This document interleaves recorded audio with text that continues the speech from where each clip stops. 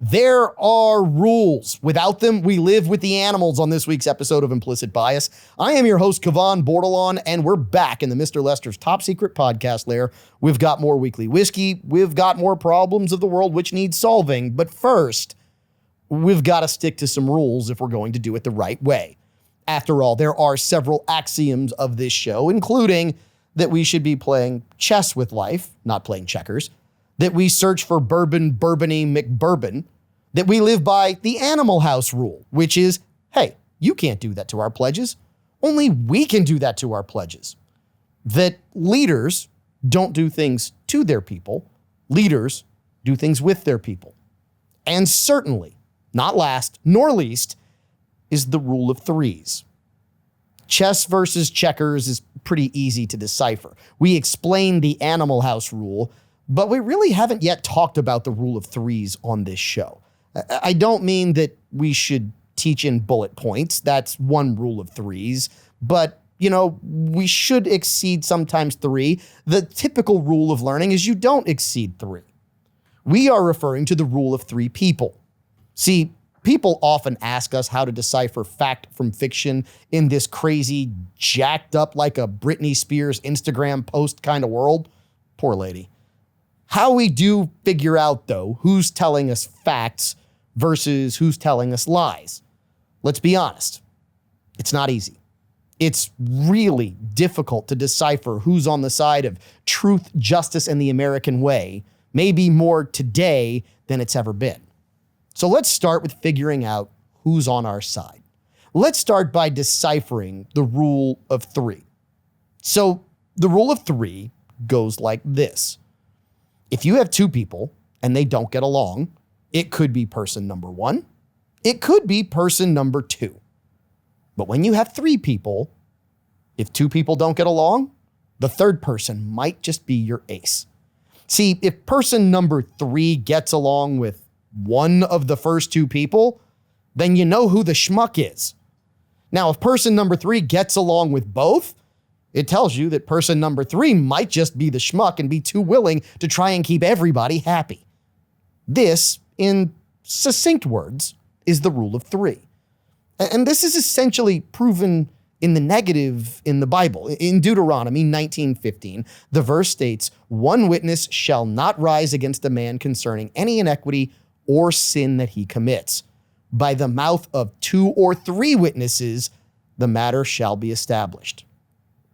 In other words, the rule of three is important, dating back more than 2,000 years. There is a substitute for that third person, however, because we don't always have a third person there to help us figure this out. There's maybe even a more certain way to identify when we're being told the truth or not. And maybe, just maybe, that rule is this: don't trust people at all. Maybe the best way is to trust documents, depositions, emails, texts.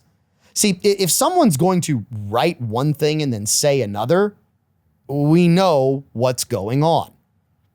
See, it's in this case that there are so many instances today. So many stories today are written one way, one thing is said, and when you actually look at the document that it's written about, it's completely different.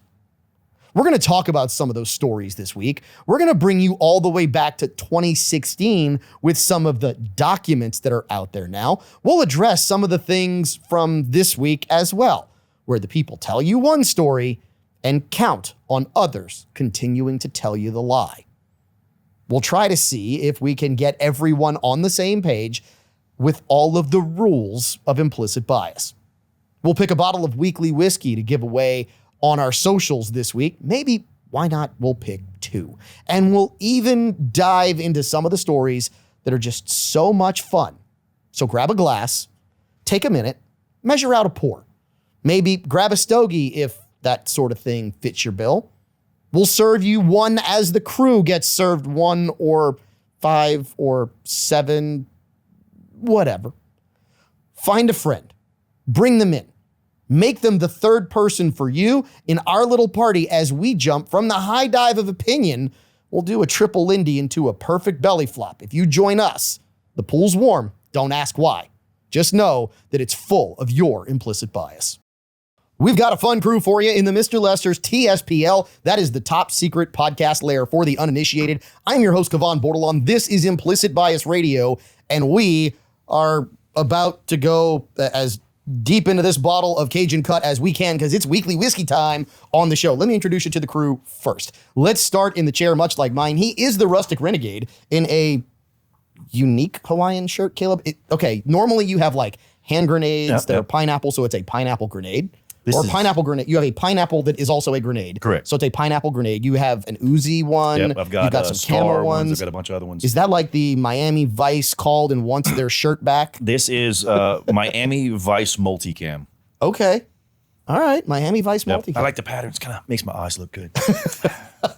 That is the Rustic Renegade. At the bar, we have Miss Kathleen Theriault. She is the real deal. It's great to have you back, Kathleen. Hey guys, thank y'all. I appreciate it. We are excited to have you in the TSPL this week. Sitting alongside Miss Kathleen is Jonathan Broussard. Jonathan, it is fantastic to have you here after you survived the wedding.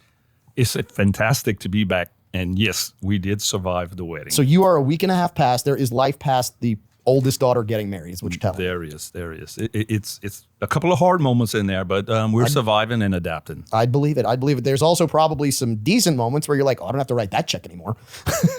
The highlight of the Monday.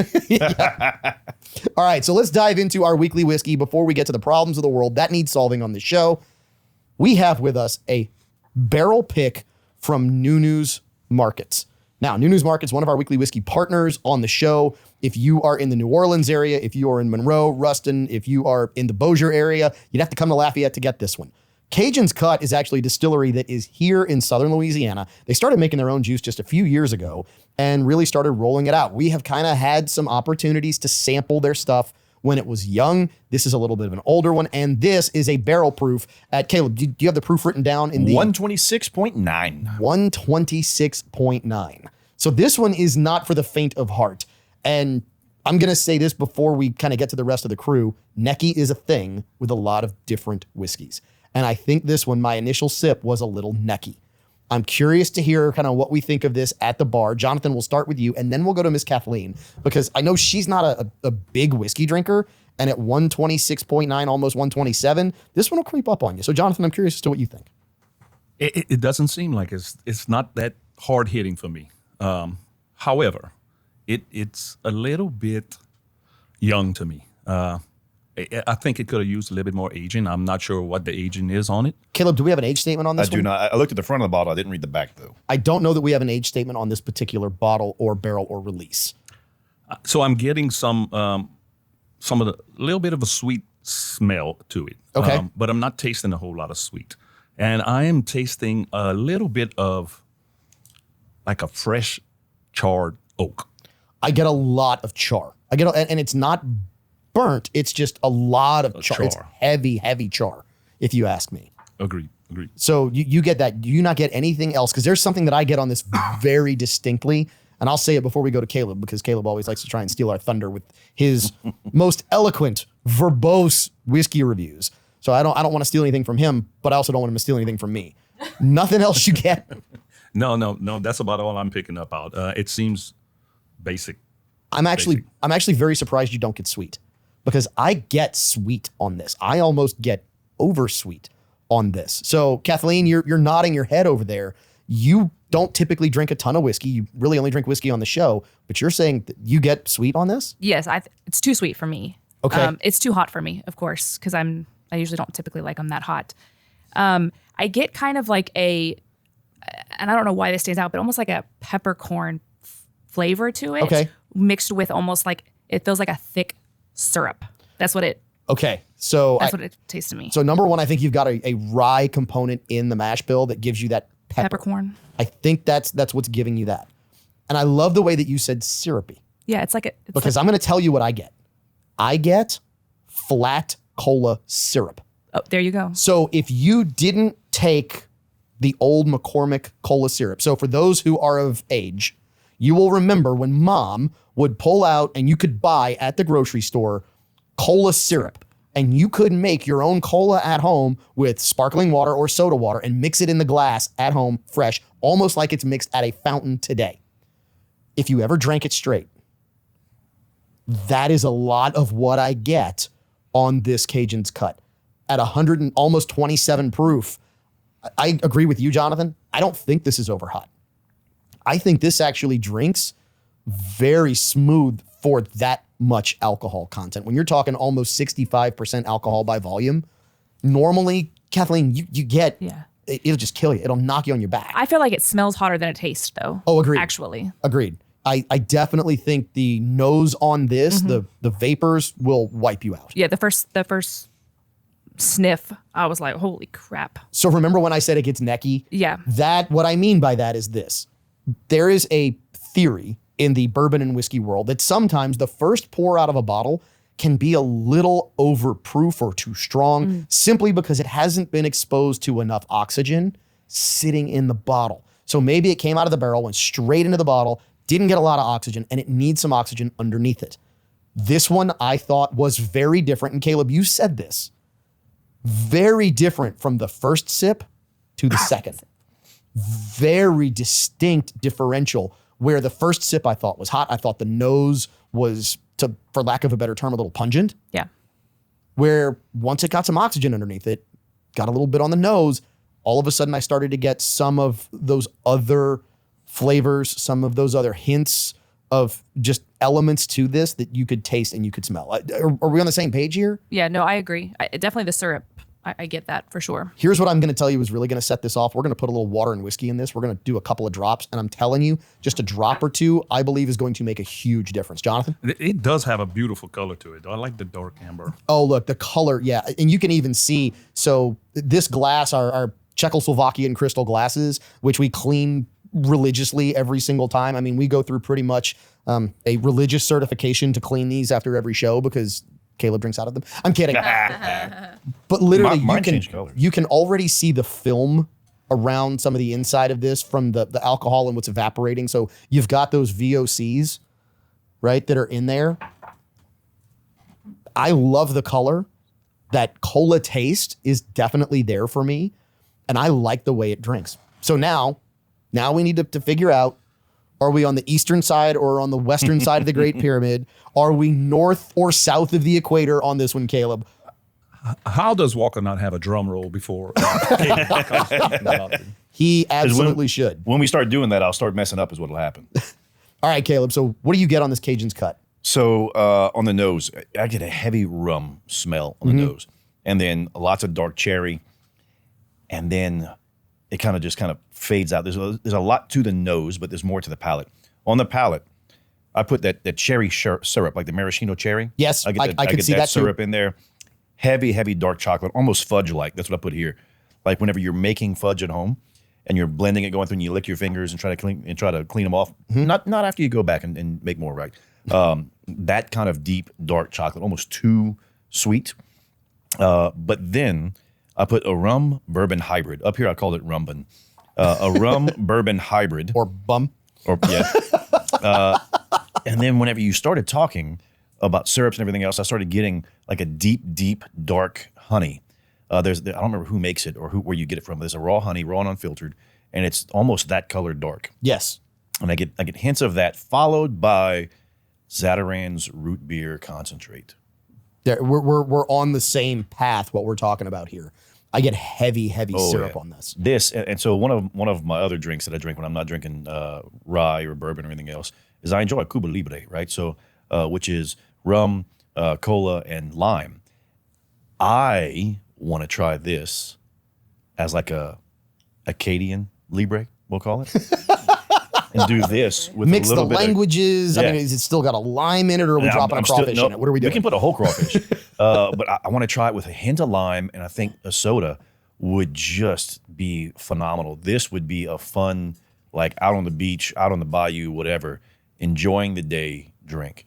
I think that as it sits at 126.9, with all the complexities out of it, I wouldn't drink many glasses of this neat. I'd like something that's maybe a little bit more easy to grasp onto with some of the flavors. There's just a lot going on. That's why I put this a rum hybrid, because this to me drinks like a rum. I'm almost curious if you tried mixing this with a cola, as you're talking about, would just be too sweet for me. It might, but I want to try. That's why you put that lime in there. You put the lime to kind of cut it, to bring it down, give it a little bit of zest, little acid, swing, brighten it up. And I think that's where this thing would shine. It's really, really interesting because this is not something that we do a whole bunch around here. We've got a couple of local distilleries, but between JT Mellick, you've got a couple more. This is unique for the area, and we don't get in aging the wild temperature swings that they get in a place like Louisville or in southern Indiana. We just don't. So the aging process, they like to say ages in dog years because you've got so much heat, and we don't actually get really, really cold. I'll be curious to see what comes out of these rick houses in about 3 to 4 years. And here's why. This winter, we got those wild temperature swings.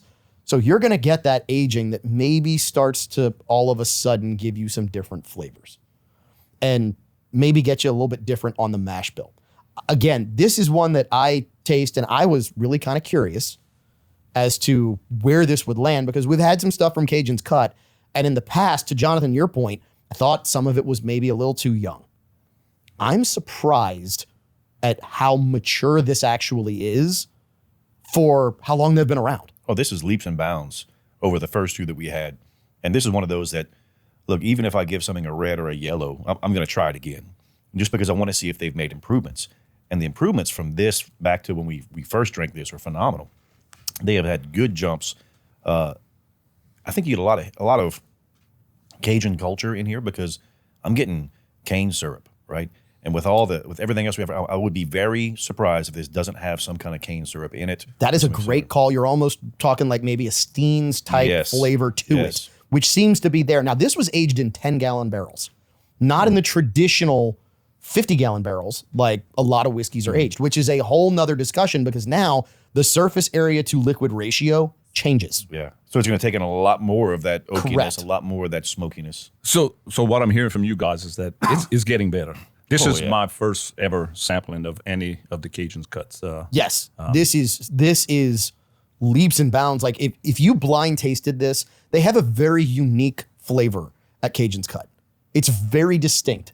This is not far off of, as far as the flavor profile, what we initially got for them. The presentation of this, the maturity of this, the depth of this, the proof of this, the finish of this is all head and shoulders above some of their early stuff and is really unique. I'd love to see someone from a different part of the country flavor test this blind against some other things that are out there because I think it would surprise a lot of people. I think it really would surprise a lot of people. I'm curious how like readily available Cajun's Cut is around Louisiana and everything else too. We're seeing it in a lot of places in Louisiana. It's a little bit more of a novelty in some places than it is here, but they're starting to get distribution. They're starting to jump out there. They're starting to be a lot of places. Matter of fact, we are going to reach out. They were at Implicit Birthday last year. We're going to offer them the invitation to come back for Implicit Birthday again this year, which, by the way, July 12th. Oh, snap. Implicit Birthday 5.0. Has it been that long? The show will have been around 5 years. I think it's time we get Implicit Birthday or Implicit Bias tattoos. Yeah, have fun. And look, I've got two. I don't know that I need another one. Not Implicit Bias tattoos. Anyway, the thought process behind this, though, is that we get them there. We want them to talk about their stuff because I think a lot of people will be really interested in what they do. By the way, we're going to be back at Rock and Bowl. Spank the Monkey is going to be the headliner. Effigy is going to open for Spank the Monkey. Shameless plug, it is my son's band. So they are going to open up. Hey, I wouldn't put them out there if I didn't think they were good enough to be there. But your ticket's going to get you live music. It's going to get you your 3 cigars from one of only 15. I can't identify as one. One of only 15 certified master tobacconists in the world. So 3 cigars, live music, food, your 8 whiskey tastings, and we're going to benefit some really good charities while we're there. We've already talked to Catholic Charities of Acadiana. We've talked to Acadiana Veteran Alliance, and we've talked to Scouting, the Evangeline Council. So we're going to try and benefit them through this event. Should be tons of fun. We'll let you know when tickets are going to be available on the Rock and Bowl website. So it'll be tons of fun. But yeah, we want Cajun's Cut back. We actually want to put on some seminars this year where we give some people time to go speak and I think do that's Q&A and do a lot of those things. The questions we can ask about bourbons like this, and when we dig into them, it gives you a much better understanding of why and how the flavors come out the way that they do. So this is interesting. This is a Louisiana straight bourbon whiskey for those who are wondering. It is not just a whiskey. Walker's giving me the 1 minute finger. We're going to go long here, Walker. It's rumbin. All right, so let's do this. Kathleen, you want to say something? No, I was just saying bum. Oh, so here's what we're going to do. Bourbon. We are going to rate this on the Morse Whiskey rating code, and we're going to play What Would You Pay before we go to the break. That means we're going to do it quickly. So the Morse Whiskey rating code: red, I wouldn't drink it even if it was free. Yellow, I would only drink it if it was free. Green, I would buy this. Blue, I would seek this out. Kathleen, let's start with you. Red, yellow, green, blue, and what would you pay? For the What Would You Pay championship belt chain presented by Box Drop of Lafayette. Oof, God, that thing's so heavy. I'm going to give it a yellow. Okay. It's not my favorite one. Okay. And I'm going to say, oh Lord, I'm awful at this. $38. $38. Okay. This is a cask strength offering, Jonathan. Just curious. I'm going to go green. Green? All right. And I'm going to say 55. 55. Caleb Morse. I give it a yellow. Okay. To me, this is a yellow. It has a ton of potential, but we're there. I want to say $50. $50. All right, so I'm gonna go green. I would buy this. I would sit around and drink this. I like this. I like that cola flavor. To your point, Kathleen, I don't know that I could drink it all night and just continue to roll throughout the evening, but I would definitely put it in the rotation. The What Would You Pay championship belt chain goes to Jonathan Broussard as a single barrel 10 gallon. There's only a few bottles of this. Jonathan, you get to wear it. $69.99 is the price on this one on Implicit Bias Radio. Stick around. We will start to discuss the topics we're not supposed to talk about in polite conversation when we return on your favorite Saturday radio show / podcast, Implicit Bias Radio. There are rules on this week's episode of Implicit Bias. Without them, we live with the animals. I am your host, Kavan Bordelon. This is Implicit Bias Radio. We've got our weekly whiskey segment in the books. If you missed any of this week's partial portion of Implicit Bias Radio, that's because we're not complete yet, so it's a partial portion. You can find us wherever you get podcasts. You can find us on any of our socials: X, Instagram, Facebook, YouTube. You name it, we're there. Find us, go back and find the rest of it. Go to our website, www.implicitbiasradio.com. Pull us up, like, follow, share. Means a lot to the show. We are talking about the rules that we try to live by on this show, one of them being the rule of threes, which is, how do you figure out who's on the side of truth, who's on the side of doing things the right way, who's on the side of actually doing things the way they should be done? Who do you trust? Because a lot of times people ask us, how do you know who to trust in the media? Well, where we lie on this is, if two people don't get along and you bring in a third, and the third person doesn't get along with one of them but gets along with the other, you probably know who your schmuck is. And unfortunately, we don't always have that when it comes down to news stories. But what we do have, we have documents. We have testimony. We have affidavits. We have depositions. We have emails. We have texts. We have legal bill proposals going through Congress. So let me give you an example of why you trust the document. Before I open this up to the crew here in the Mr. Lester's TSPL, we're going to give you a quick rundown of some of the things that have been alleged about the SAVE Act, the Voter ID Act that is going through Congress right now. And the reason I bring this up is because I actually had somebody stop me yesterday and say, hey, my daughter is hearing and my daughter is telling me that I need to go back to my maiden name because I'm not going to be able to vote. And I was automatically skeptical. I automatically went, hold on, I need to go look at this. Because to be honest, I had not looked at it a lot. But when I started doing the research, it jumped out at me very quickly exactly what was going on. So the SAVE Act would put voter ID into place. And couple that with the fact that you now have a push for real ID with flights and airlines, people are concerned about discrepancies on documents. So what have one particular party up in Washington, D.C. been alleging?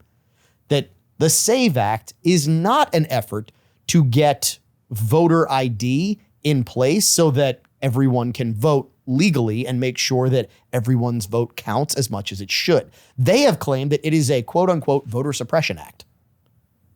It's designed to take away people's right to vote.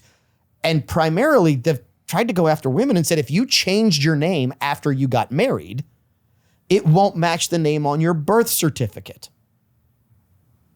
Therefore, you won't be able to vote.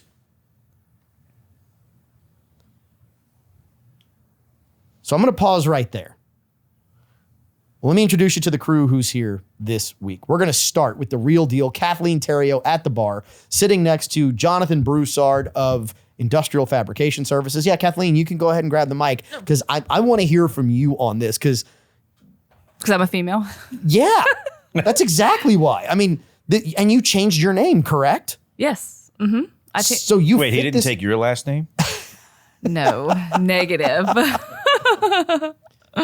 It was interesting because when I was outlining this, and you and I had the conversation during the break, which was I asked if you had a chance to read those stories. You said, I didn't get to read them. So I said, well, let me explain it.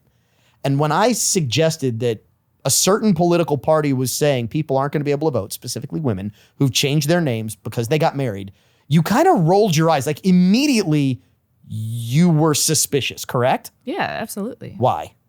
Well, okay, when I changed my name, but I also got a new social security card too, with my new name on it as well. Oh. So what does it matter about my birth certificate? Do you have Real ID yet? Yeah, I've been having Okay, it. So here's... Since I got married. Yeah, I've had it since the last time I renewed my driver's license, which was 5 years ago last week. So here's how you spot the lie. My wife also has Real ID. Yeah. She got a Real ID with my last name instead of her maiden last name. Correct. Same. So you're telling me that we can verify citizenship Yes. with a driver's license now, with a Real ID, and not run into problems? No, because I actually didn't realize I had Real ID because I guess mom brain wasn't thinking. So I got on and I scheduled an appointment through DMV and I got everything that I needed to get the Real ID. And But you already had it. You had the star I already on your had it, driver's so I didn't license. end up having to go, but I got everything together and I would have gotten it without my birth certificate. Again, this is what I find fascinating because you are automatically thinking logically. You're looking at the documents and going, these documents directly contradict the lie that is being told. Correct. This is how we have to get out in front of this. So, Jonathan, I'm curious where you chime in on this because I see you nodding your head. Your daughter just got married and just changed her name, correct? That's right. Or you She's in the process in of the it. process. Yeah. Well, my thinking is that this is all things that are attainable. There's no big hoorah to go through to get your Real ID. If you have your birth certificate and you live somewhere, you have proof of residency. They want an electric bill, a visa bill, whatever. I'm not following how it would hinder somebody. Unless they really didn't have an address that they live at. Or if they can't get Real ID. We're going to talk about that in a minute. We're going to go down that road because I think that's the real reason people are upset. But we're going to go back to the first part of this, which is Real ID and the Voter ID Act requiring American citizens to have verifiable citizenship in the United States. Caleb, you've been around enough politicians.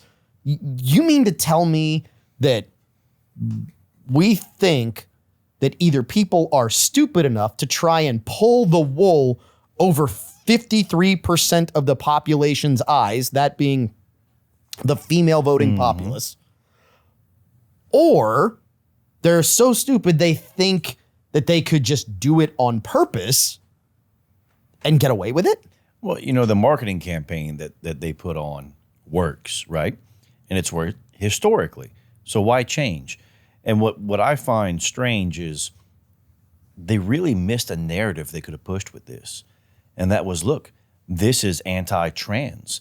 This is anti all this other stuff. Because if you were born Tasha and now you're Nathan, well, those names wouldn't match either on the birth certificate, as well as the sex wouldn't match, right? So when you go to get your Real ID, all these things have to be put through and proven. And what I like about this is one of the things that are required from a FFL, Federal Firearms License side, is you have to prove who you're selling a firearm to. You do that via the ID, and your address has to be correct. You know, you're legally required to update your address within, I think it's 30 days, 10 days of moving, right? So if you sell your house, move, do whatever else, you're supposed to go get a new ID before you go or try to buy a gun. We won't sell you one. Same thing with this. Go update your address. Make sure your forms are correct. Be on top of things, because we should have to prove that we are who we say we are when we go vote. Well, think about this. The narrative that is around a lot of people in this country is, requiring an ID to vote is in effect voter suppression. So wait a minute. Let's think about the things you need an ID to do.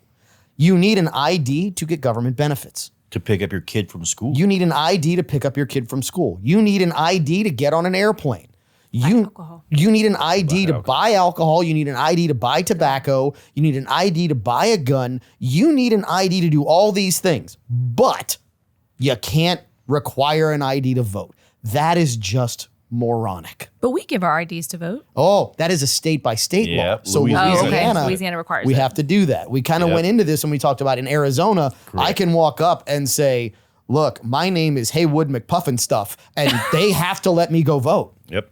Oh, so you don't have to have anything? Nope, not there. I didn't realize that. In Louisiana, you know, and we're known for our politics, but for the first time that I know, we're actually doing a good job. I was about to say, I thought we'd be opposite. But a lot of women, too, take their maiden name and make it their middle name. Correct. So if you can't put 2 and 2 together.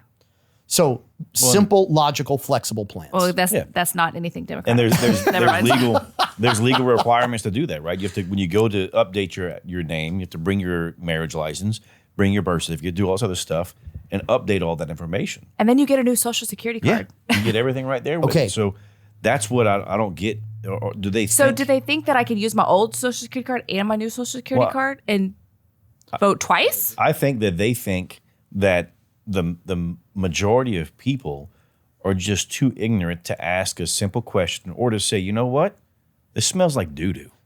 Here's what I think. I think, number one, people who are pushing the SAVE Act as voter suppression are, number one, simply upset because of the actual impact it can have. They aren't, going to just read the bill. As Caroline Leavitt, the press secretary for President Donald Trump, answered the question in the press briefing room, go read the bill. There's provisions for women who've changed their name. There's multiple. If you go ask AI, just simply plug it into Grok, are there provisions in the SAVE Act for people who've changed their name? It will tell you yes, but understand this is about people who are not quick enough or curious enough to just go research it for 20 seconds. Here's why they're upset. Why they're really upset. And they can't tell you the real reason.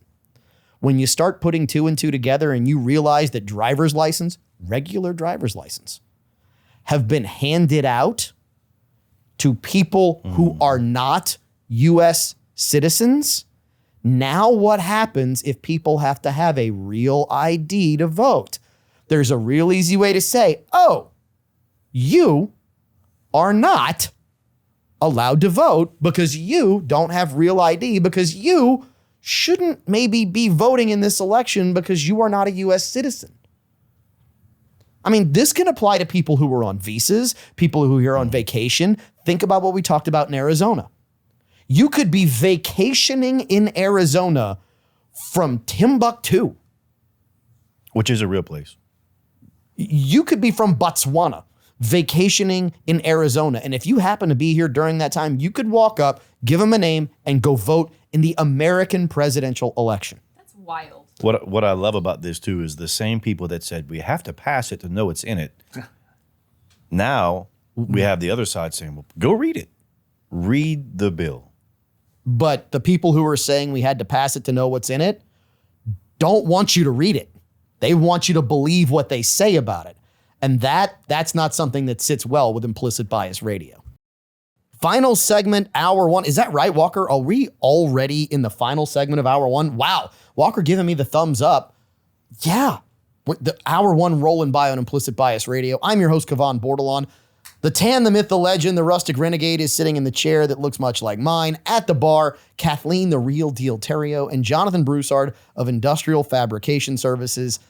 They are manning what really looks like just an absolute fantastic offering of whiskeys. We've got multiple Four-Gate offerings up there. We've got a bottle of Jack Daniel's Sinatra. So here's what I'm going to ask each of you to do. Kathleen and Jonathan, I'm going to ask you to put your hand over one bottle on your side of the bar.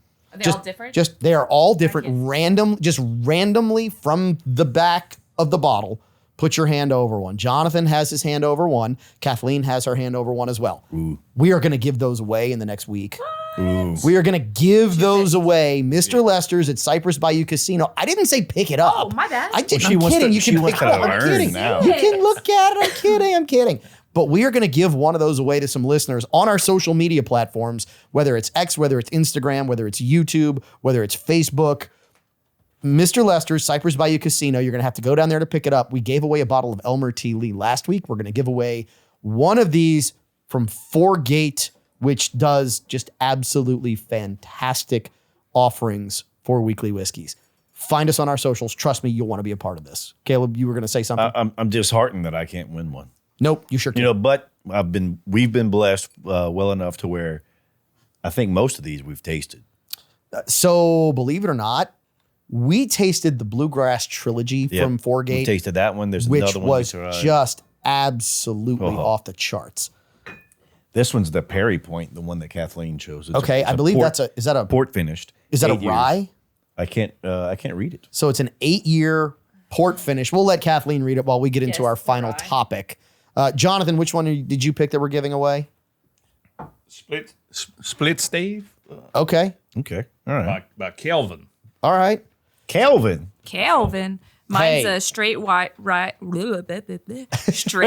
rye whiskey, aged a minimum of 8 years, barrel finished, limited release. So a rye Right. finished in port. Port 8 Terry, years. Terry. 8 years. And you are not normally big on port, but what No, Four-Gate when does, they do it. they do it right. Oh my Well, goodness. can't win it. Sorry, Caleb. All right. So let's Hopefully talk someone I about know wins let's talk about one of the anomalies that we have seen when you talk about people and you can't necessarily trust one person. So if you go on our X page, and I'm actually going to pull this up because I need to see it. Yeah, I thought I had the name incorrect, but I had the name correct. Matt Van Swole. We're going to retweet this topic that we have for the show. We allegedly saw some protests in the last few weeks over the administration and what they were doing. The reason I say allegedly is because, well, it turns out some of these protesters aren't necessarily telling you the whole story. Say it ain't so. Oh, come on, Caleb. You know, everybody likes to tell exactly what's going on behind their closed doors. They like to open all those closets and watch the skeletons go blah, blah, blah, Air right it outside all of them. out. Yeah, we all like to do that, right? But some of these people just have no shame. Like the guy who was interviewed on Matt Van Swole's X page. Now, I don't know if he actually did the interview, but the interview is there. And to be fair, there is a jump cut in the interview. There is an edit in the interview. But what's interesting is the edit tells you the whole story. So in the beginning, this guy says, I am here protesting cuts to Social Security. I am here protesting cuts on veterans Veteran benefits. benefits as well. Right? Yep. So it's like he picks the noble causes to say the reason why he's there. He wants the buzzwords, right? He wants people to know he's here for the people to speak out against oppression. And then all of a sudden, And the really interesting thing is they're all domestic issues, correct? Yep. They are all domestic U.S. issues. But Jonathan, because I know you heard it, how did this gentleman end up being able to go to this protest? Was he, because you think these things happen in the middle of the day.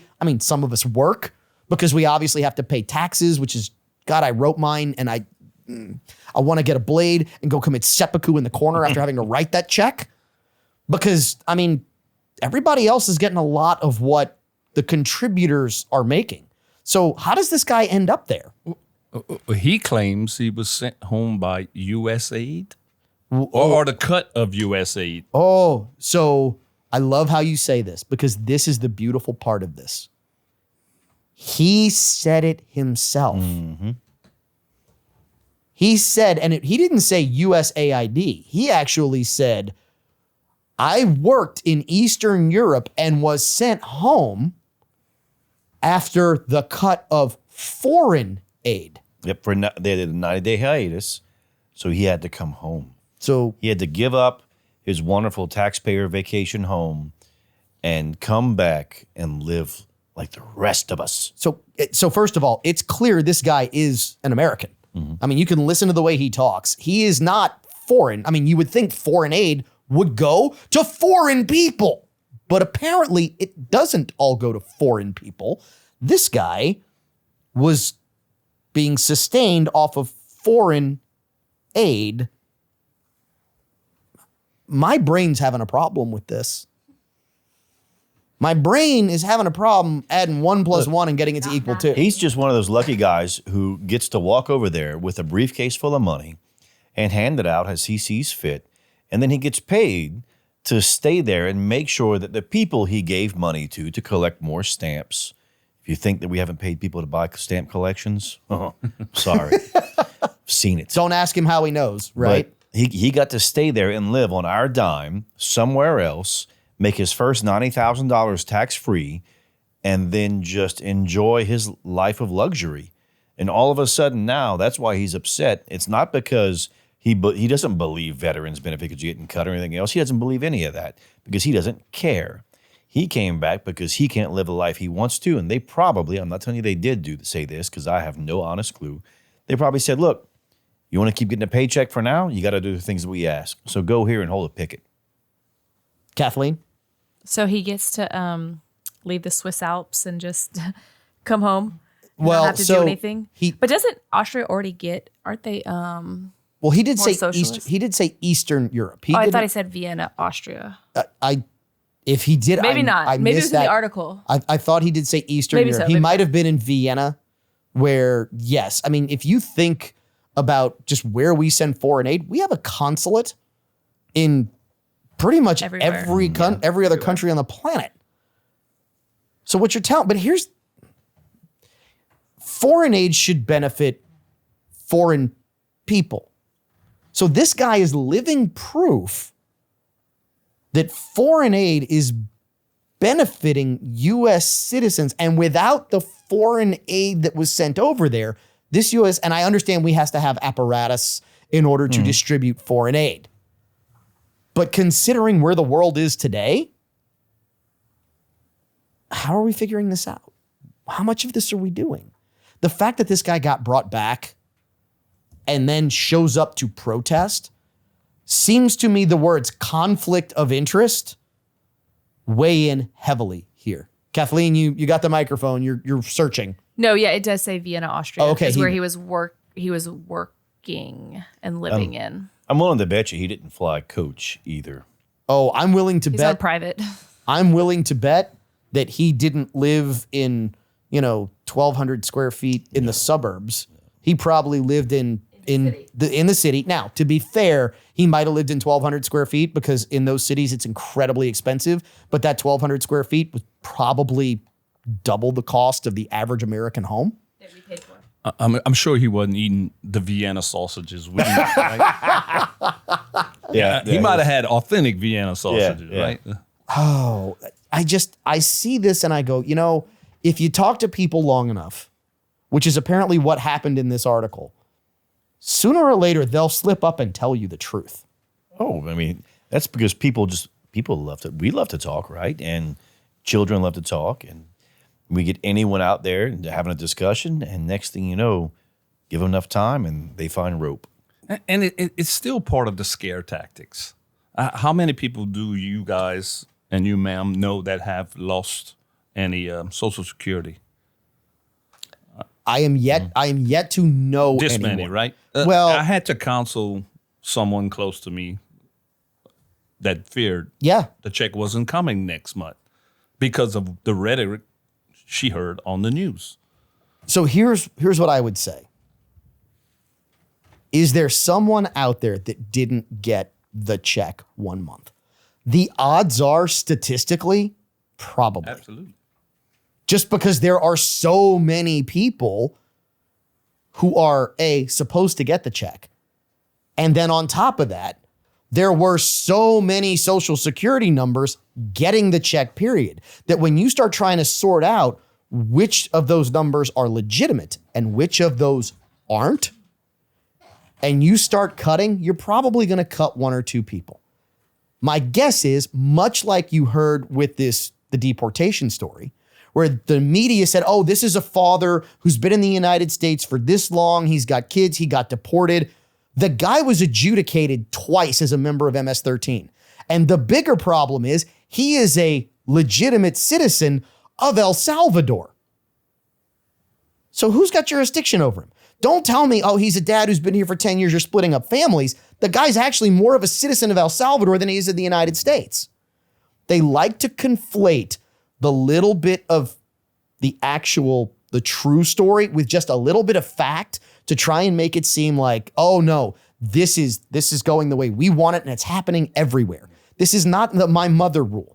I love my mother. My mother's older. If she sees something on TV, it happens everywhere. Oh my God, you can't take that pill. It's killing people everywhere. Don't take it. No, what you're seeing is the one instance where it's happened and the news is trying to capitalize on it to make you think it's happening everywhere. And it's just not. You know what else isn't happening, Caleb? More time. Correct. We do not have more time in hour one. If you are in a market outside of New Orleans, if you are in Monroe, if you are in Ruston, or if you are in Bossier, if you are in Vidalia, and you only get hour one of Implicit Bias Radio, Ask for more. and hope that actually Walker gets the microphone right so you can hear Caleb say, call him and ask for more. No, thank you, Walker. We will be back. More Implicit Bias Radio. Hour two is always more fun right after this. Hour two is always more fun on Implicit Bias. I'm your host, Kevon Bordelon. We are in the Mr. Lester's Top Secret Podcast lair, located somewhere in downtown Lafayette, Louisiana. We've got a great crew here in the Mr. Lester's TSPL sitting at the bar. Kathleen, the real deal Terrio, you got something to munch on. What you got over there, Kathleen? A brownie. A brownie? All right. That chocolate, bourbon goes really well together. We've also got Jonathan Broussard of Industrial Fabrication Services sitting at the bar. You don't have anything to munch on, do you? Yes. Yeah. On liquid. Okay. Yeah, the brown water, as we like to say. Also sipping brown water, but he's doing it out of a glass that you can't actually see into. He is Caleb Morse, the Rustic Renegade. It is fantastic to have you here for another week, Caleb, after we kind of got a week off last week. Yep. We're going to do a couple more this week. I won't be here next week, but we'll have some ready to go. So looking forward to seeing kind of what we can crank out here. Oh, yeah, man. I love being able to sit down. And I like when we do these multiples in a week, too, because I get to really enjoy whiskey. And there's bias. there's so much to talk about. It's rare that we can fit everything into 2 hours. It used to be a 1 hour show for a short stint there, but we very quickly realized that in 1 hour, we couldn't get to enough. Well, and the difficulty is, or the difficult portion of it is, we get these topics, we send them out, we prep for them, and then more stuff happens. Yes. Right? So we're like, oh, we'll get to that next week. And then next week comes and we're like, no, we got to get to this. And guess what? That might happen here this week. That might happen here tonight because there are some topics that I'm like, man, we might need to get to them. But with us having another show in 48 hours that we're going to record, it's like, oh, we got to see what we need to save. We got to see what we need to do. This one, though, as we talk about the rules, and we were talking about the rule of three and documents, this is a very, very important story because this is kind of what my son and the younger generation would call the origin story of Implicit Bias Radio. It's part of it. It's a lot of what goes into it. I'm going to go all the way back to 2016. Now, we started this show in 2020, but 2016 is really when I think just the general thought of we have to do something because the documents, some of the documents are out there, but we're not getting the whole story. We are getting one person's word against another person's word, and people don't know who to believe, but the documents are there. And if the documents are there, that's probably what you should look to. The story that I am talking about is Russia, Russia, Russia. Well, and part of the problem is the documents. I mean, this is what, 700 pages? Oh, but these pages aren't even all of it because a lot of Yeah, this has been out there for a very long time. And it's compiling it, sifting through it, and trying to make it make sense because there's a ton of information now that is publicly available. So let me start with what the Russia hoax really was. So Kathleen, you kind of asked the question in the break, and I'm going to go ahead and set the table for this. Okay, what did I ask? You asked, like, where did this come from? Why is this a big deal? Oh, yes. So if you will remember, back around 2016, right before the election, we got this story that Donald Trump went to Russia Correct.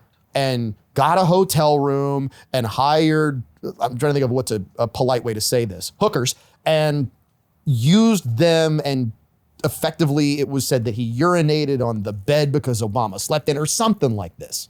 That is the story that we got. I'm serious. Sorry, I forgot about that They part. literally called it disgusting. They literally called it the PP dossier. I Was kind of the Oh, running joke on it. Now you remember this? Yes. Okay. My dad used to have a saying. He would say, "Son, don't bull a bull er." I really thought you were talking about your dad peeing on a bed. Or No, I know. I was no, waiting for that story no. too. I'm like, No, like, this no, is- that is not. where's this going? But immediately when I heard the story, I was like, is it possible? Sure. Is it probable? I doubt it. But very quickly, it became evident that that dossier was not what we would say is of sound foundation. It was not of credible evidence. So back around 2016, there was plenty of documentation out there. Let me rephrase that. Around 2017 is when it really started Yep. trickling out. 2017, 2018, that the Steele dossier, which actually Steele is a British former MI6 guy who put this dossier together. Anybody want to take a guess who paid him to do the work? It was a law firm that actually paid him to do the work. Oh, wait. It's a PC law firm, not politically correct, Perkins Coie. So please don't believe us. Go look up Perkins Coie scandal. They are always in the middle of everything. Didn't they work for somebody too?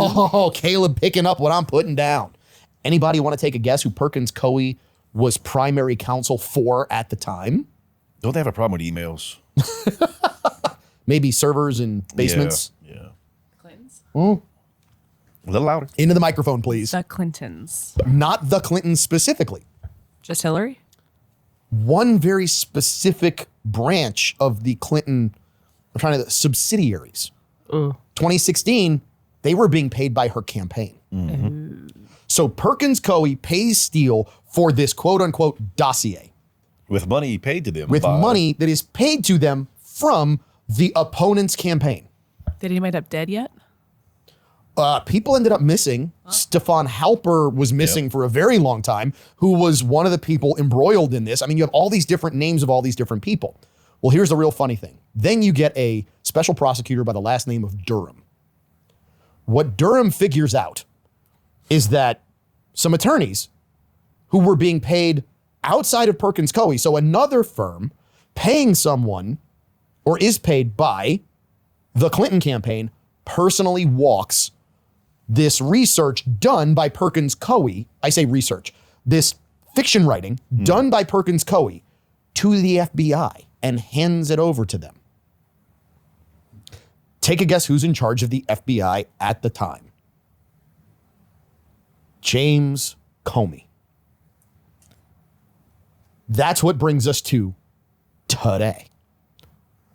James Comey's emails and text messages were released because all this documentation, which, by the way, quick sidebar, do not tell me that you do not have the most transparent administration Oh, they're giving us potentially everything. ever, if not in decades. There's still a lot that I want. I still Yeah. want the Epstein files. I still want more on the JFK assassination because there's still more out there and we know it. But literally, you have cameras in cabinet meetings. The man has answered in 3 months more questions than the last two candidates probably answered outside of him, or the last two presidents probably answered outside of him in their entire tenure in office, right? But we now have the release of all these what's called Crossfire Hurricane documents. So literally think about this. The FBI gets this information and opens up Crossfire Hurricane. Here's what we now know. What we now know is that there was a meeting right after the election, right around the time of the inauguration. Clapper on CNN, former, who do you work for, Caleb? He was secret? No, he was. It was CIA. Yeah. He was the director of the CIA. Yep. James Comey, Joe Biden, Barack Obama in on this meeting. And they planned out how to spy on a sitting president and how to utilize what they knew was false information, what they knew was a lie. But the documents are there. Please do not believe us on this. Please go read these documents, Caleb. One of the things that I love, too, is what they said is we still have to spin this to where the public thinks the FBI is the good guy. We want the public to think that the FBI is on their side and that we're here to help protect the interest of Americans. If you have to spin your whole image And your investigation. and your investigations, you're doing something wrong. Because that's a PR campaign if I've ever seen one. So let's take this a step further. Now that we have text messages and emails released, you actually have a quote from James Comey. Jonathan, did you catch that quote? Kathleen, did you catch that quote? Hold on, I just had the article up. Go ahead, Jonathan. What does he say? Got to say it into the mic. Yeah, I'm totally screwed. If they dig into this, I'm totally screwed. Does that sound like, now, to be fair, could that be taken out of context? To be fair, Yeah. I doubt But- that everyone has read all 700 pages. I will tell you, I have not read all 700. I've read enough of the emails to know that he should have been totally screwed anyway. Yeah. At that point, he knew. And when you say if they dig deep enough, well, what are we digging for? What are we looking for? Truth. And once the truth gets out, most people will set you free. If you're doing something wrong, it'll bury you. Well, the fact that he said, I'm totally screwed and not we are, gives me the hint that, could he be fearing 2 to the back of the head? Oh, that is a Yeah. great question. The question maybe isn't he thinking he's totally screwed because of law in the US. He might be thinking, I'm totally screwed because I might have crossed the wrong people and I might get Arkansited. Criminal charges like and this jail term. time might be the least of his worries. But he's not the only one involved in this. So people might remember the names Lisa Page, Yep. Peter Strzok. You've got literally a lot of people sitting in the FBI. And this is going to bring us back to today again as well. But you have people in the FBI who are investigating something as a crime that they know is not a crime. Because the Durham investigation revealed that within 48 hours of getting the file, the FBI identified and said, and it's written down, please don't believe us. But the FBI said and wrote it down that this information is not credible. They knew it was a lie. They chose to leverage it anyway, put out a marketing campaign to make certain people in the American public to try and make you and me and everybody else think that it was legitimate to serve their own ends. Amen. That's a problem. When people in the government are serving themselves instead of serving you and me, they need to be serving 25 to life. Well, that's I'm ready for the consequences to start happening on these things. Ring the bell, Right? please. Yes, we we have are. so much that's being opened up, so much that's coming out, and yet this executive branch, and look, it's not just them, right? Things should have happened before, decades and eons before this. It shouldn't just be happening now. But the executive branch, the judicial branch, the DOJ, everything else, we should see people paying for their crimes, but yet they're still walking around freely. If this was us, we'd be in jail. I want to see the consequences, but in the right way. Because did Epstein have to deal with the consequences? Oh, And that's could this turn Yeah. into something of the same? that's a really loaded question because there are some people who will say that Epstein didn't. There are some people who will say that Epstein did. There will some people who will probably tell you, I'm not convinced that Epstein is even dead, that he might be in witness protection somewhere. It'll be one of those things like we find out later whenever Hitler left and went to where was it, Argentina? Yes. Argentina. So Where they claimed he took his own life, and Yep. instead he ended up living, according to the CIA papers, till the 1980s. We have seen WITSEC, the U.S. Marshal Service, when they are running witness protection, we have seen them stage people's deaths more than once. This would not be the first time. So the whole Epstein question, and could it be that situation, is maybe a loaded question. I am with you. I am really desirous to see consequences for people who have done wrong, and the documents are out there. Kevon Bordelon's not saying it. Caleb Morse isn't saying it. We are simply looking at the documents and letting them say it. We are just telling you, if you really want to see it, the documents are there. They're not that hard to find. Occasionally, my IQ tops that of a carrot. So if I can figure it out, some people, no, I'm kidding. You can too, no doubt. But these documents being released now, when they are saying, I'm totally screwed, when they are saying if they dig into this, we're in trouble, let's quote another famous email. But this one came off of the server. Well, okay, so let's go back to 2016. It's amazing how much of this runs back to 2016. So you had the Crossfire Hurricane investigation, the PP dossier, as it is known, brought to the FBI. Prior to that, there was a very significant, monumental murder in Washington, D.C. that a lot of people believe is kind of the linchpin to a lot of this. Because the original portion of the PP dossier was that Trump did all this to form collusion with Russia to get them to do what? Anybody remember? This is where you need to have a memory like an elephant. Is election interfere? It was not, well, it was, but not That was the main- actual. It wasn't like he allegedly asked them to get into Dominion to create 20 million votes, that there weren't 20 million votes, and somehow you had one election where you had 25 million votes more than you ever had in any other, not that kind of type of allegation. But did that actually happen, by the way? Anyway, this was election interference in a different way. Anybody remember a guy by the name of Julian Assange and how long he was packed away? Mm-hmm. Anybody remember the website that he used to run? Was that what WikiLeaks? WikiLeaks. And what did he put on WikiLeaks? Whose emails did he put on WikiLeaks? Well, old Hillary's. Anybody remember the quote in Hillary's email regarding specifically our current sitting president? It wasn't what does even matter. That was a different quote Nope. that she said that for. Nope, that was when she was talking about the 13 people who died in Benghazi. Yeah, that's when she was talking about Benghazi. Correct. What does it even matter now anyway? This one was really interesting. This one was, and I can't repeat it word for word because it's vulgar, but she put it in an email. It was on WikiLeaks. Again, please don't believe me. She said, if this blank blank gets elected, we are all going to effing hang.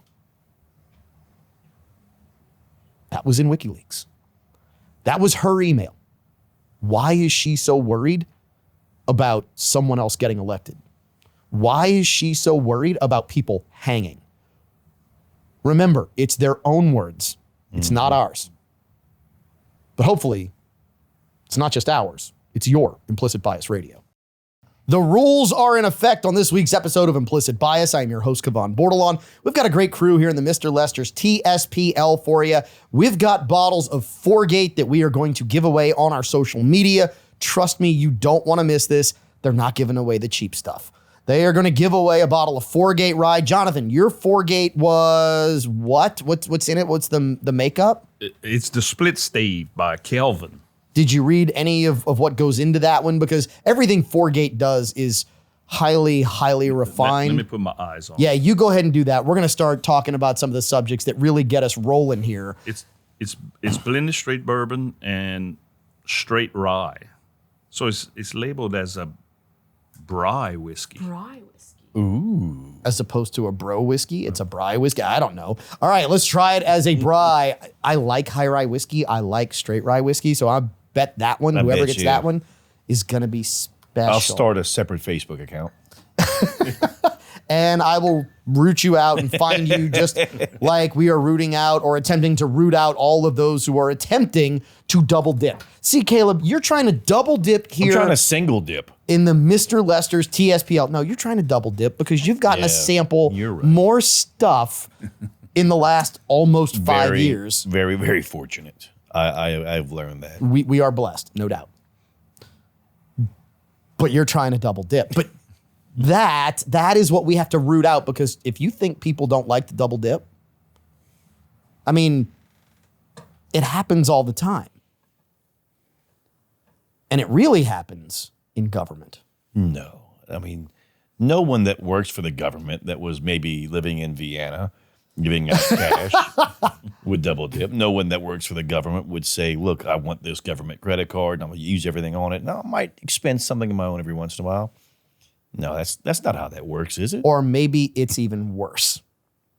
So it's no secret we rent space here at the Mr. Lester's TSPL, right? I mean, it's not like we actually own the building. We're not there yet. Hopefully one day we might be, but we are not. So we rent space, which means we pay a landlord. But we actually physically use the space. Whereas one of the things that Doge exposed was that there were a lot of government buildings that weren't being used. Square footage inside of buildings is incredibly expensive, especially in some big cities. Mm-hmm. I mean, I'd love to know what, 25, 30,000 square feet in downtown Baltimore, Chicago, Washington, D.C., New York City, Houston, Dallas, L.A., San Francisco, Miami, Kansas City, St. Louis. I'm very curious because when the government starts looking at procuring a rental property at a certain location, they God bless plan. They plan months and if not years in advance, right? There's a lot of moving parts. So I'm curious as to the people that own this property, how long before it was leased out did they purchase it? I'd be really curious to know, because here's the deal. We can thank our friends at Wall Street Apes for posting a congressional hearing. So we talk about not necessarily believing one other person. You've got to have a secondary, a tertiary source. Of course, the best thing is when you get into testimony. And we talk about testimony spiritually. This is what happened to me spiritually. We also talk about testimony criminally. Because if you lie under testimony, it's called perjury. And it's usually more compelling than being asked by somebody in the media, where if you lie there, nobody really cares. Yep, nothing they can do. So Wall Street Apes actually put this video out there, a congressional hearing where they got testimony from a government whistleblower. And the government whistleblower confirmed something that we kind of knew, but maybe not in this way. And it's this. It doesn't seem right to us, whether you are a Republican or a Democrat, that you work for the government and you might know where property is going or needs to be leased, and that the government then turns around and leases it from one of your relatives, like your wife, like your husband, like your son or your daughter. I could have sworn that would fall underneath conflict of interest. One would think, and especially if they bought that property within 6 months or so of them needing the building. That's what I would be curious about, because then the information that you had as well was leveraged to purchase property because Uncle Sam likes to pay their bills. They do. Kathleen, you want to add to this one? So I chat GPT'd an average price per square foot of a commercial building in Washington, D.C. In 2023, the overall average sales price was $383 per square foot. That's the sale price. Assume that they lease for... They lease about $55 a square foot for a Class A, $48 for Class B. Class C is $37 a square foot.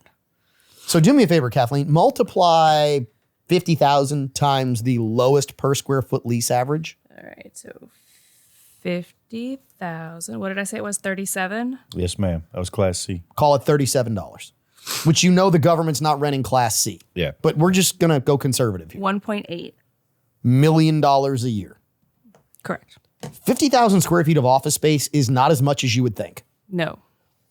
And we had millions upon millions of square feet of office space that Unused. no one was sitting in. Unused, empty. Work remote. Go home, work remote, and then we'll never call you back. So here's the grift.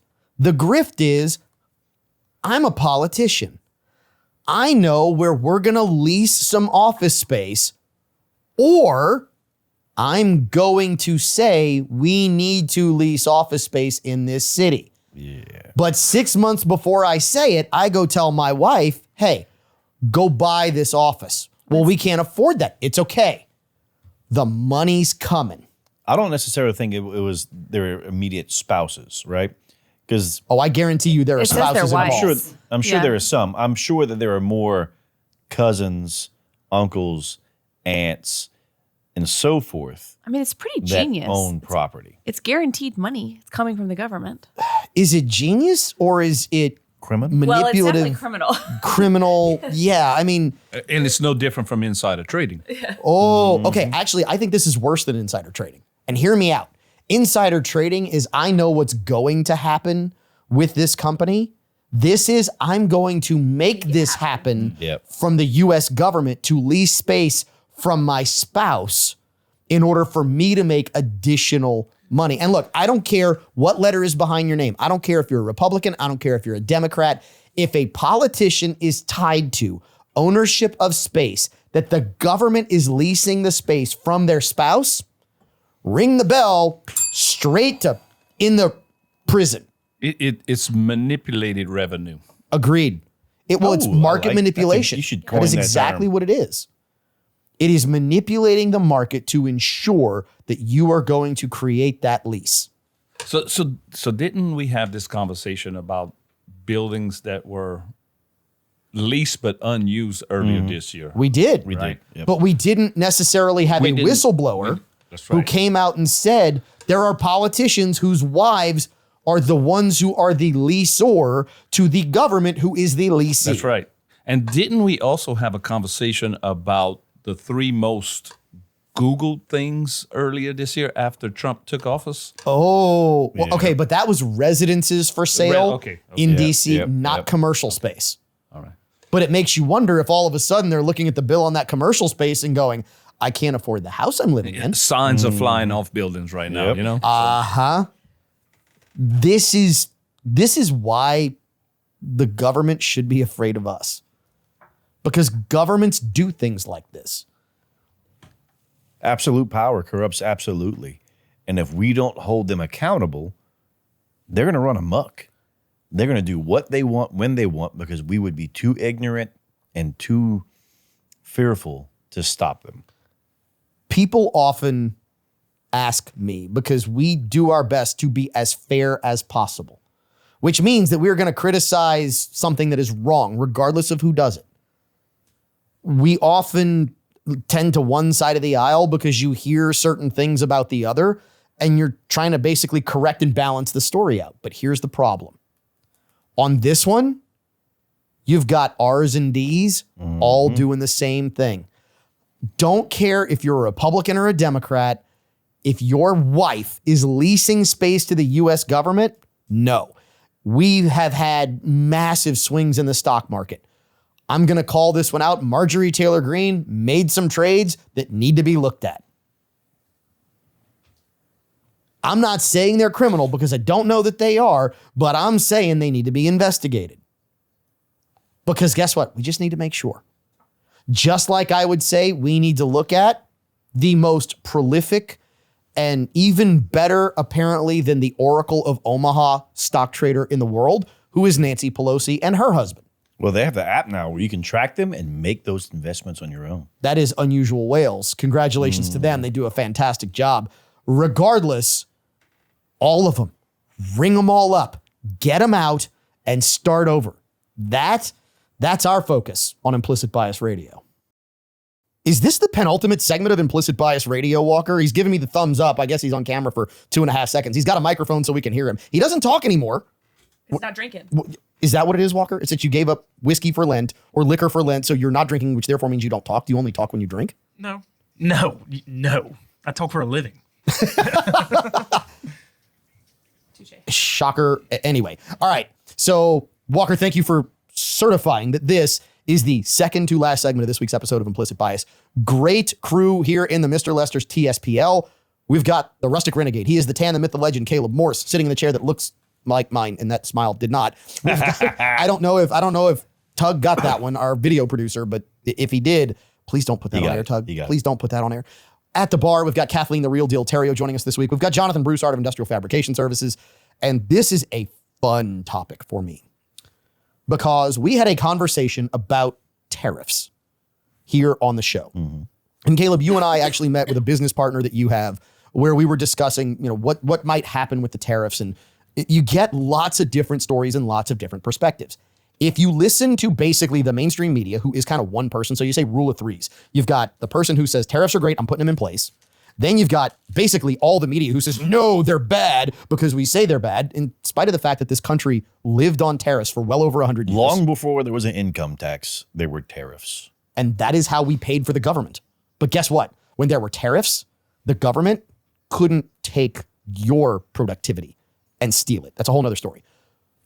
But we had a conversation with a business partner of yours that we were talking about tariffs and what it would lead to. And one of the comments that we all made was America is the largest single consumer of products on the planet. And give tariffs a couple of months.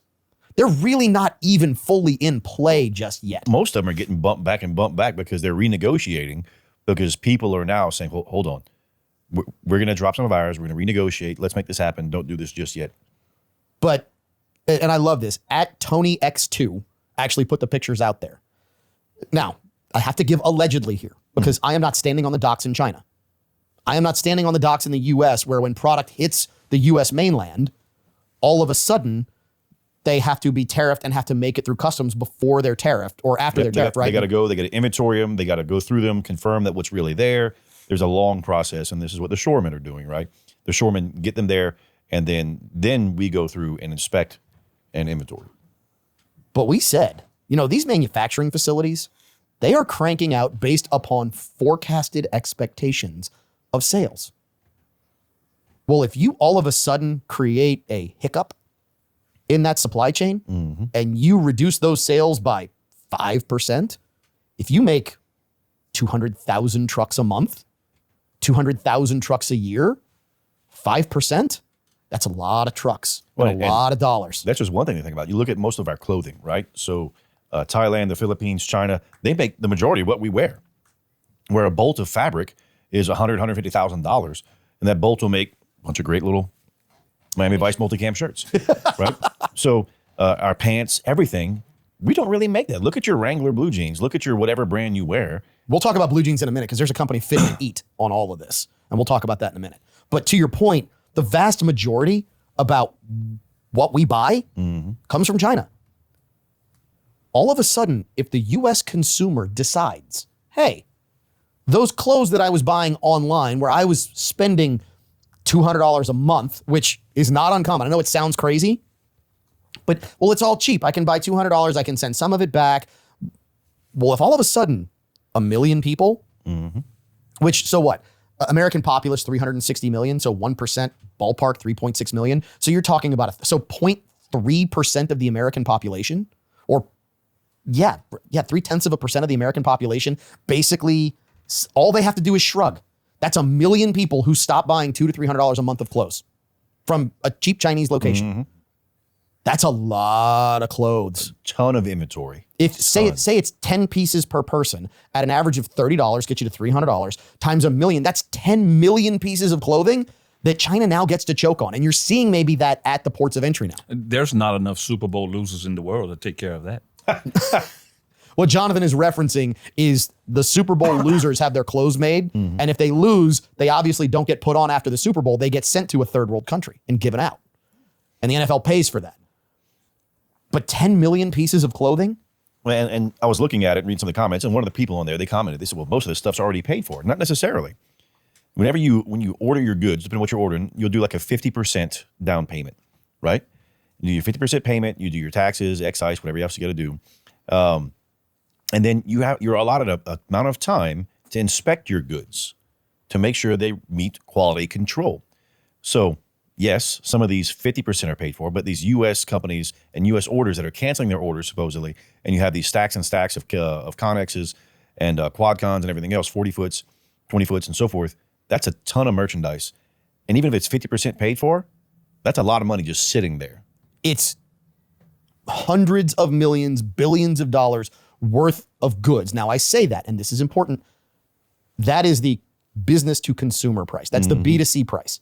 But remember, tariffs, and I was reminded of this, tariffs are not on the consumer manufacturer suggested retail price. Tariffs are paid on the cost of the good. So tariffs are paid on the wholesale cost. So if you've got a company that's buying a toy and they are paying $15 from the manufacturer for the toy, but they charge $40 on it, the tariff isn't on the 40, the tariff's on the 15. So this brings us back to the infamous Fox News report when they stood in a Dodge dealership and said, people, instead of paying $80,000 for this truck, are now going to pay $100,000 because there's a 20% tariff. You're a moron. Because guess what? Dodge, it doesn't cost them $80,000 to make a truck that they're selling for $80,000. It'd be a wash. And no one's in business for a wash. Correct. When you look at like boots, okay? The boots that you're wearing, what brand is that, by the way? We're not going to talk about that. When they want to sponsor the show, starts with a T. Yeah. Tecovas, if they want to sponsor the show, we'd love to have them on because I like these boots. So, and like, I'm wearing work boots today and everything else. All the nice boots I have, everything else, my Lucchese's and all that, guess where they're made? They're made in the U.S. Lucchese are all Lucchese, U.S. yep. made. But when you look at Ariat and those are the brands, Oh, I'll tell you where these are made. most of them are made in These are made in Mexico. That's where the vast majority of your boots come from, is Mexico, right? Because labor is cheaper. And when you look at the raw cost of what it is, when you look at a $200 pair of boots, average margin on clothing is 50%. So That's clothing.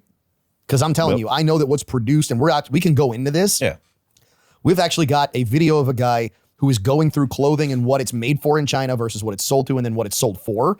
It's hundreds of percent Well, on the wholesale. markup. So you're talking ridiculous, especially with name brand, big name brand. Wholesale, you're looking at about a 50% margin, right? Okay. So if you pay in, we'll just use easy math, paying $100, you sell it for $200.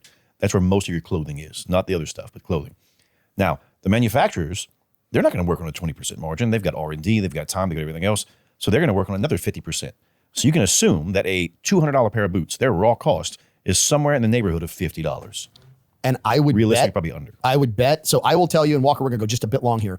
Here's where I'm going to go with this. So at one time, we owned the 1 for 12, 2 for 20 sunglass carts in the mall, right? The wife and I were getting into our own businesses, trying to figure it out. The glasses that we would sell at $10 a pair if you bought 2 cost us $2 a pair from the distributor in New York, which means that they were paying about $1 to 50 cents a pair. So the cost of what it really was to make those sunglasses was about 50 cents, and we were charging $12 to $10 a pair. I'm going to say this, and this is a tease for the next show because we're going to dive into this in depth. If the American consumer knew what it really cost to make the garbage we buy out of China, there'd be a revolt in the street yesterday. There's probably going to be a revolt here in the Mr. Lester's TSPL because Walker gave me the 1-minute finger and I just ran over it, but it's okay. We're going to come back. Final segment of this week's episode of Implicit Bias and what gets revealed when the earth cracks open. We'll wrap up this week's show. Final segment of this week's episode of Implicit Bias. I am your host, Kavan Bordelon. We are brought to you by Mr. Lester's Steakhouse down at Cypress Bayou Casino because we are in the Mr. Lester's TSPL somewhere in downtown Lafayette. Great crew here this week as we kind of look for the evidence instead of the third person telling us what we maybe think or what maybe they think we should know is maybe the way to look at it. And here's why I kind of bring it up, because that third person has been out there for a long time. Historians and archaeologists, they tell you what they think we should know, but the reality is I'd much rather believe the documentation, right? What's the saying from Tommy Boy? You can get a great look at a T-bone by sticking your head up a bull's, but wouldn't you rather take the butcher's word for it? I think we've gotten to the point where we need to stick our head up the bull's and get a look at it. Because as far as the archaeologists and the historians go, I'm not sure they really have any idea what actually happened in the past. They're just stabbing in the dark no matter what. I mean, they still can't tell you what Stonehenge was for. You know, we had a new... Well, they have a theory, Yeah, but- and they'll tell you, oh, it was an ancient sundial. It was used to measure the solstice, all this. Were any of them there? No. And even with newer stuff, look at the Georgia Guidestones when those existed. No one could tell you, and those were produced in the 30s. No one knew who put them there. Yep. No one knew who paid for them. It was mysterious people who showed up and had them erected. It was kind of crazy. Well, unfortunately, we have had major earthquakes around the world in the last few weeks. I mean, we had one in San Diego right before we recorded this show. Hopefully everybody there is okay. But there was a massive one in Malaysia. And much like people are talking about the pyramids and there being things different under the pyramids than we kind of thought there were, apparently this earthquake exposed some stuff in Malaysia. Yeah, just outside Miramar, there's a little village. I don't remember the name of the village. They were Is it talking Miramar or Myanmar? Myanmar. Well, you're thinking Yeah. Top Gun. I know. Yeah, yeah. You want to be. I know you want to be Maverick. I get it. We'll get there. You've got the bike. You've got the shirt. You've got We'll the get glasses. there. I'm not a pilot though. I can crash one time.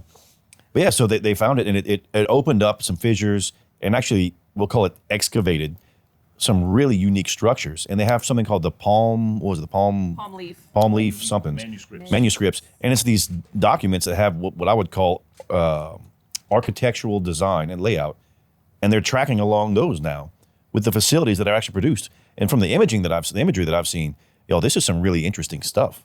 So I'm curious. First of all, I mean, do we have any idea what's actually under our feet? No matter where you are. No. Not a clue. Not until someone chooses to expose it to you. You don't want me exposing anything to you. Trust me. But my whole my whole thought process on this is we walk around every single day and we like to think we know. We don't know squat. And we like to think, the pyramids. And if you go back and look at pictures from the late 1800s of the Giza Plateau, you're not talking about that long ago. You're talking about 150 years ago. You've got pictures where just the very top of the pyramids are exposed. And then they started excavating around them. And as they started digging it out, how long? I mean, you're talking hundreds of feet of sand. What's under our feet here in Louisiana? What's under your feet when you're in New York and you've got all that limestone, you've got all that granite, you've got all that substrate? They build upon buildings, right? That's what history does, depending on which region you're in. They would go in and they would put mosques on top of temples and so forth, and they would just build on top of it. Look at Venice. They build upon entire cities. And here, the Vibe trucks, you ever seen the Vibe trucks where they do the ultrasonic for testing for oil and all that? No, I have not. So there's large trucks that have these pads that come down and vibrate, and then they track the reverberation off of objects and everything underneath. And they have found some really unique things doing that, looking for oil. Imagine if we could do that all over the world. I'm not saying we should, but imagine the things we would learn about the dirt that we're standing on. This almost brings you down to the theory of, has anybody heard this? Because this is a deep rabbit hole. I'm not sure even how much of this I believe, but the theory of the great liquefaction, the great mud flood. So there is a theory that due to pole shift or whatever it might be on the planet, that it literally turns the substrate underneath us, the mud that is on the outer crust of the earth, basically into liquid, and it swallows everything whole, almost.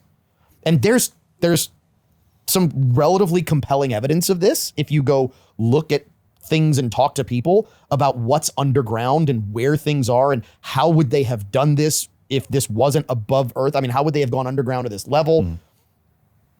And it has, in effect, erased entire civilizations and reset humanity at a global scale. I mean, you're thinking the Epic of Gilgamesh, the Great Flood. You're thinking Noah, the Great Flood. I mean, you're thinking of all these different things. Volcanoes of Pompeii that covered everything. Yeah, a great destruction upon the earth. That You even have people who have looked at, like I saw a woolly mammoth that was frozen almost instantly. You know, if you know how they actually go out and Flash shrimp. freeze. Correct. They flash freeze shrimp on the boat. Almost the same scenario where a woolly mammoth is eating, and then when it freezes, it still actually has food in its mouth and its throat. In order for that to happen, the shift that would have to be so drastic would be immeasurable. But it almost seems to be a more logical explanation than some of the stories that we get out of modern archaeology. You look at modern archaeology and like, no, they did this in this amount of time with this many people. And when you start doing the math is a funny thing. Numbers don't lie. You go, so wait a minute. One person decided to build their own tomb, and it was going to take them 400 years to do it. Yeah. Well, now they measured time differently, but no, they didn't, because we're still measuring the time our way. So They might have measured time differently. I'm just saying, if you look at some calendars, if you kind of evened everything out and you took the same number of days, so instead of having 31 days in some months and 30 and you even that time out, it would make a perfect 13-month calendar, not a 12-month calendar. I'm just saying, I mean, you can look at different ways to measure time. Look at the Mayan calendar that said the world was going to end at what, 2012, if I remember Something right? like Yeah, that was the big one. So you had that measurement. I'm just saying, we got to keep asking questions. We got to keep digging. We got to keep going down and see what's down there. Because at the end of the day, I would love to really know. But I don't know that we will. So I guess we'll just have to continue to ponder, continue to ask the questions of the universe, and continue to stick around for more Implicit Bias Radio when we come back next week. We'll see you in 7.